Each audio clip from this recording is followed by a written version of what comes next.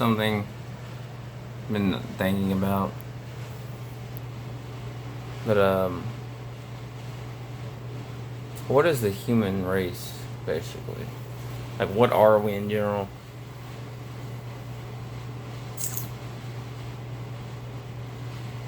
I mean, when God does, He loves us. He made us. But first, I believe He regretted making us, because after what we did to Him on the cross,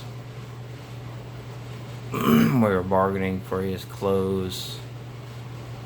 We were doing all these nasty, evil things to Him while He was dying on the cross. But still, He still told the Father while He was dying on the cross, "Lord, forgive them, for they know not what they do." And you know what? It's still going on today. Just recently, I saw this article, and they've done this before. The Satanic Church, they put out a goat's statue in the some building, or like this governor's building or something in Illinois, Chicago, or somewhere, or it might have been Springfield. I don't remember that. He was pretty much mocking God's the birth of Christ. And I'm thinking, like, my mother had sent it. I was like, they've done this so many times before, and it's the same thing with Hollywood. Hollywood and all these places, the Satanic Temple, have been known for mocking everything about Jesus, laughing at him, making fun of him. But at the end of the day, that, you know what? It just makes me think, some of these people don't even believe that there's a God.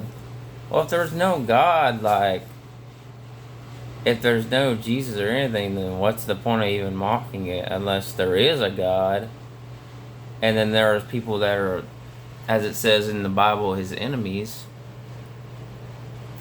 So His enemies are pretty much, and it also says in Revelation, He's going to come back and make all the His children, His enemies, His footstool. So if there's enemies of God, there's obviously a God, because if there was no God, why would there need to be enemies? That's what gets me. These people that are out here don't believe in God, but yet they trash talk Him. They've always trash talked Him. All these other people, they've always blasphemed His name. They've said the most ungodly, despicable things out. Most horrible things about Him ever. But you know what? He's still saying that today. God, forgive them, for they know not what they do, basically. So it's like, it's the same thing going on. They're still crucifying Him, or still trying to, but technically they still are. They're, even the religious people are pretty much, they're still crucifying Him. They're still bargaining for His clothes. And yet He still says, "Forgive them, Father, for they know not what they do." So I mean, it's still going on. It's still going to continue to get worse until Christ comes back. But that gate is still open for anyone who wants to accept Christ into their lives. I know we're all on our personal walks. And yes, we always have room to grow no matter what. If anyone ever says otherwise, it's a lie. We always have room to grow.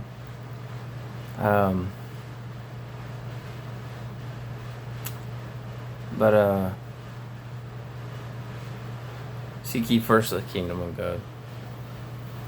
But the thing is, guys, this should show you, brothers and sisters, that this is our God. Like, it shows you how merciful God is, because I can't just sit back and say, "Why don't God come back and destroy this evil and everything?" Well, it's not based on my time, it's based on His time.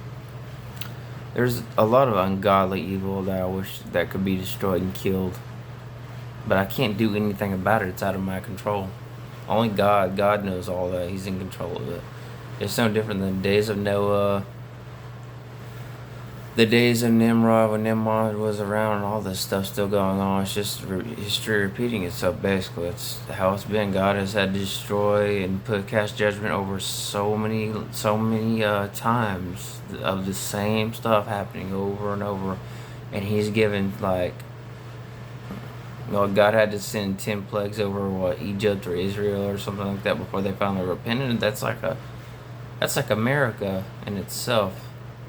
Before they finally repented, he sent so many plagues until they finally repented. So, and I don't know, man.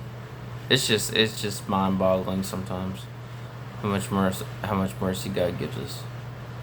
It's crazy.